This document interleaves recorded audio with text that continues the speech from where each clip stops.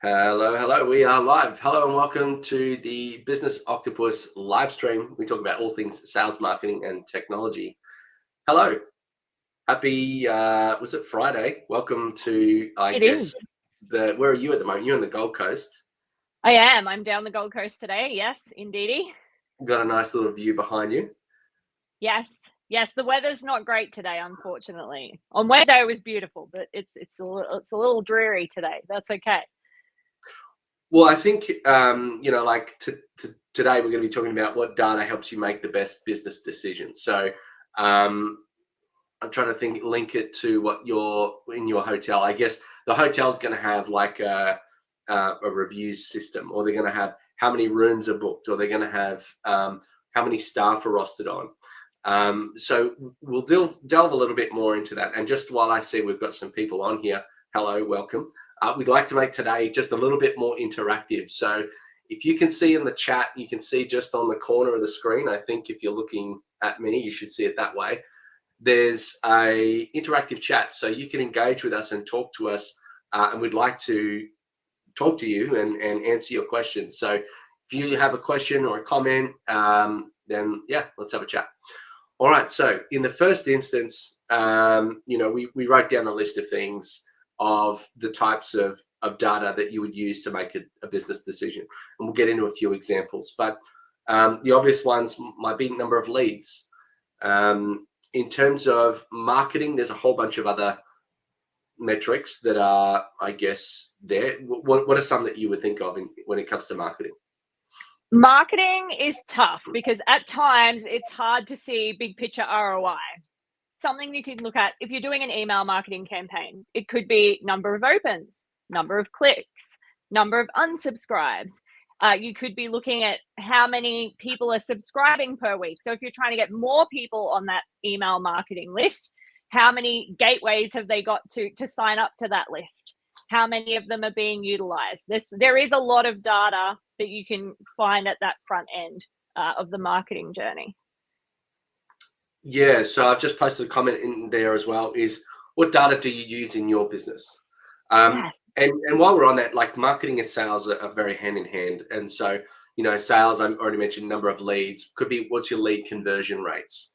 Now, the reason why you're asking these questions is like in a very small business, you could just feel it, you could sense it.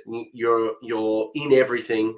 If it's only you, well, then it's only you. So you can intuitively absorb that information. But when you start to get to a certain point of scale, you have to operate through other people. And so you can't have that filtered version of what's happening on the ground. Like I can't be in every meeting. We're having hundreds of meetings a month. I just don't have that many hours in the day.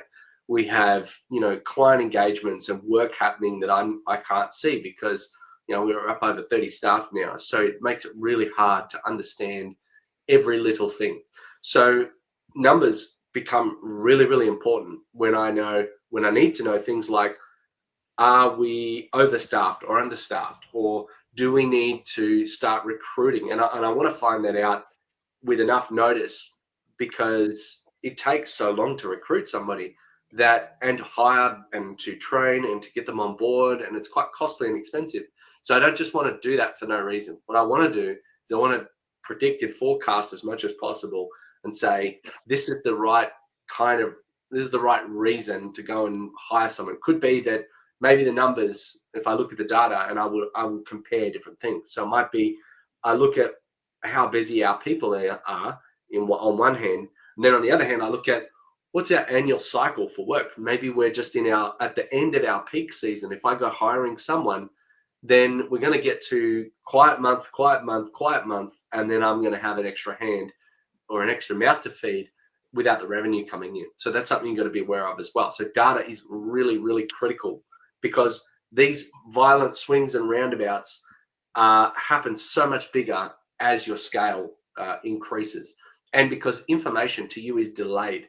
So you need to try and get ahead of the curve. Like by the time you're figuring it out, if you're just going by feel and go, I feel like we don't have a lot of money in the bank, it's already too late. Or if you go, I feel like we need to hire someone, well, it's probably going to be about 3 months until you effectively get the right person in the role and up and running where they should be at. Anyway, sorry for the little rant there. That's been my thoughts. Why don't we go into other metrics that might be good, or do you have anything else that you want to share on that? Just to close that loop, Avon, our feelings have no place in these types of business decisions. Like, it's really important that I always say data, not drama. And it's really important that you actually focus in on that data. We can't go, oh, I feel like you were describing. It's so important that we actually look at the data and the information, the tangible things, the hard and fast facts of any given situation, because otherwise we'll end up drowning. Well, I know I mentioned like when me saying like I feel like my bank account is empty. That is a very personal number to anyone who's a business owner. And when you see that account empty, but like if you're not looking at the data, maybe in the accounts receivable there is a whole bunch of money sitting there, or maybe you've got project forecast revenue that's yet to come in that's not come in, or maybe there's a big expense that you weren't expecting and you still haven't got much in there. So that is a very raw, real number for a founder. And I think in terms of being able to predict anything, you need to bring together a lot of information. And the more you have intelligence on where that's coming from, the less or the better you sleep at night. Absolutely. Yeah. 100%. You got to know where you're at all times. So excuse me if you hear me cough. I do have I'm recovering from a severe dose of man flu, so I'll try and keep it to a minimum and mute myself if I get into a coughing fit. However, let's get into some of the other metrics that we might consider. So one, we were working with a client and they had 5 days of manual report creation every month. And they were collecting the info because we had all the systems set up. So then it was just about aggregating that data into a report and getting that report and presenting it to the board so that the board could make the decision. So when you get to that level, there's such a time delay between when things happen, when things get reported on, and when the decision gets made. So even just as simple as thing as doing your books, right? So if your books are up to date, you will know whether or not next month is going to be good or bad, or you know your position to a pretty good standard. And again, it's all historical. None of that is future based. So you need to combine your accounting system data, which is your historical, with your CRM sales forecast data, with your cash flow data, to then understand where you sit and what decisions you need to make. Otherwise, you're gonna shoot yourself in the foot. But like for these guys, what they did was with resourcing. Now, because they run sessions in multiple locations, they have people booking in to their sessions. Each session needs to generate X amount of revenue before it can run. If they don't have the staff to run that, they can steal from another location that's not booked out. And so that constant shuffling means they don't have to have an additional 2 or 3 heads at $80,000 a year each on standby to go and fill these spots. So it really helps reduce the amount of money that they've got to pour out in cost and massively improves their profitability. It might be using warehouse space. It might be when you order the next round of stock, maybe understanding what your usage is and how fast you churn through stock to go, well, we know that there's a project coming up for this client and they need 2,000 units. And every other client is ordering, on average 100 units a day. At this point is when we're going to do that big order instead of back here, because that's when we made the sale. And now you don't have an extra $1 million of stock on your warehouse floor, clogging it up, blocking it out, having to pay more rent because you've got to expand your warehouse. These decisions really, really stack up. And the better you are at data, you will save literally millions and millions of dollars. It's insane. Cash on the table, friends. Now, on that note, Avon, I'm curious, so in that particular scenario, as an example, when the data starts to move in a different direction to what we're expecting, when is it just an abnormality, like something that's just happened? And when is it a trend? When do we take action, is my question. Well, I usually say first is whatever, 2 is a coincidence, 3 is a trend. Now, Gotcha. Okay. you can see that on a micro level, but on a macro level, when you got a lot of data, if there's something Yeah. unusual, first thing I'd look at is the quality of the data. Is something not being reported? Is maybe there's an IoT device that's tracking machine hours that's wigging out and providing false signals and then Okay. doing something on the graph. We also have things like AI in the analytics now to be able to flag any kind of anomalies. So, one thing might be on the support desk is if there's an unusually high acceleration in the number of support tickets coming through, that it will fire an alert to me. So then if I need to pick up the phone and start standing up additional resources to go and handle a influx, then I know that I can do that with a very in a timely manner, so that within an hour I can have an extra 5 people drop another task, come over, do the initial support triage to then make that customer service and it's basically like a Scrum methodology where you're there's a bottleneck over here, bring more resources, punch through that, move on to the next thing. Then there's an issue over there, punch through that, etc. And like a better customer service, faster response times, and you might even identify maybe there's a lot of tickets, but it's all for one problem. So then that's like problem management, where, and again, this is getting into more like tickety desk sort of stuff, but it's a we'll data point, so we'll allow it. Great example. Yeah.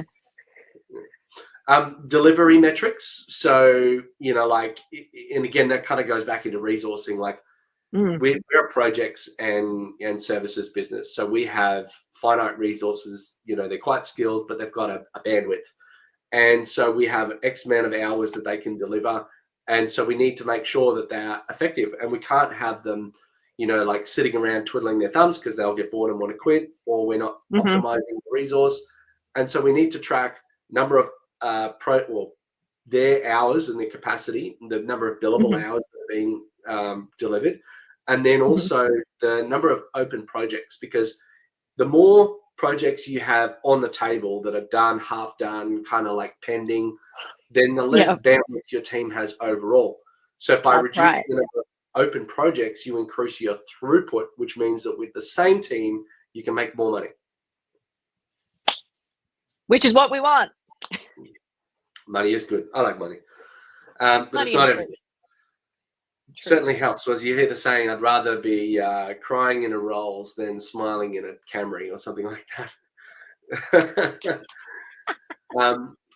But yeah, look, like there's different types of data, and we were talking offline before about how it's collected. Like there's all these GDPR laws and everything saying you can't collect certain amounts of data. I think that's true to a point. There's data about your environment. There's data about how people interact with you. Right now, on a human level, you have this form of data collection when you look at someone's reaction to how you say something. So if we break it into interrogative data, which is where I ask a question, and then detected data. So if I go, "How are you today?" and you say, "Good," interrogative data tells me good. Detected data tells me not good. Body language. And the same can be said, like when you've got a, let's just say you're doing a survey of your customers, or you're getting your customers to fill out a form or something. Number of responses, that's like a qualitative measure. A quantitative, number of items. Qualitative might be some of them filled out 2 fields, some of them filled out all of the fields. So that's maybe with like a written response to say what they feel and think. That's more qualitative. So that I guess some things in that you can just ask, you get by asking. Some things you detect, like AI now does sentiment analysis on the written text to go, are they happy or not happy? What's the intent of what they're trying to say? So, there's 2 dimensions of information there, but that data can really give you an indication. Like we have some metrics within our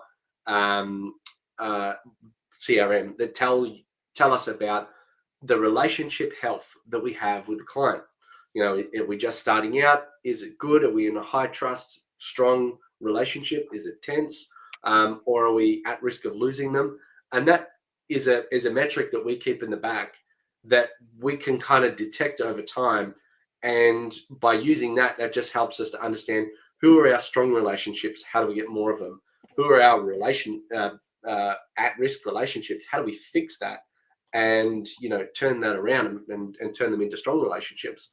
Or maybe there's one that's tense and it's not good for either of us, and we shouldn't have been there in the first place. So how do we break away from those ones?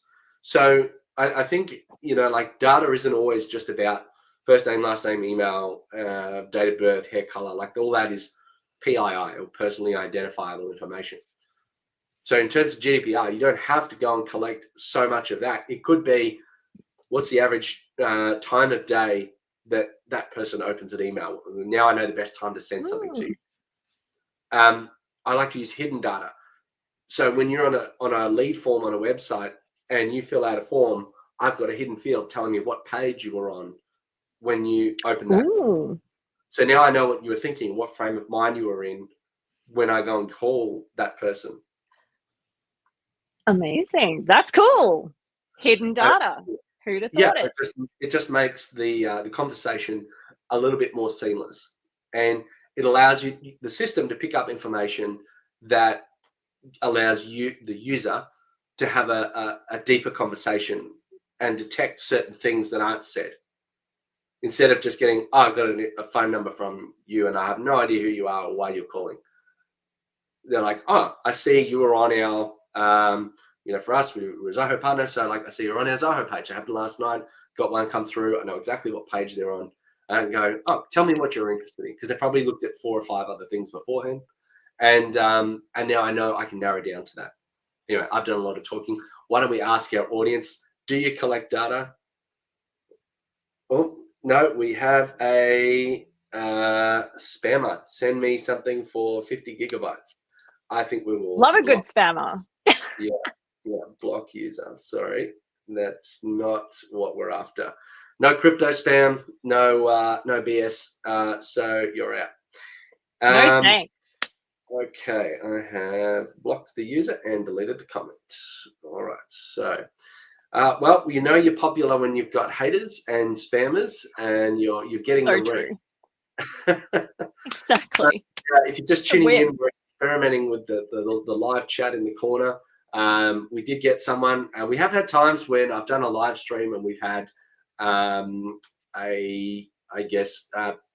heap of comments come through. Particularly 100%.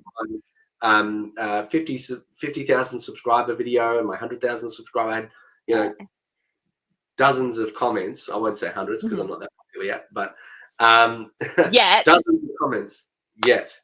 But we are trying a new feature where it comes on screen live. Yeah. So yes, we get a spammer and a scammer, but we're happy to delete.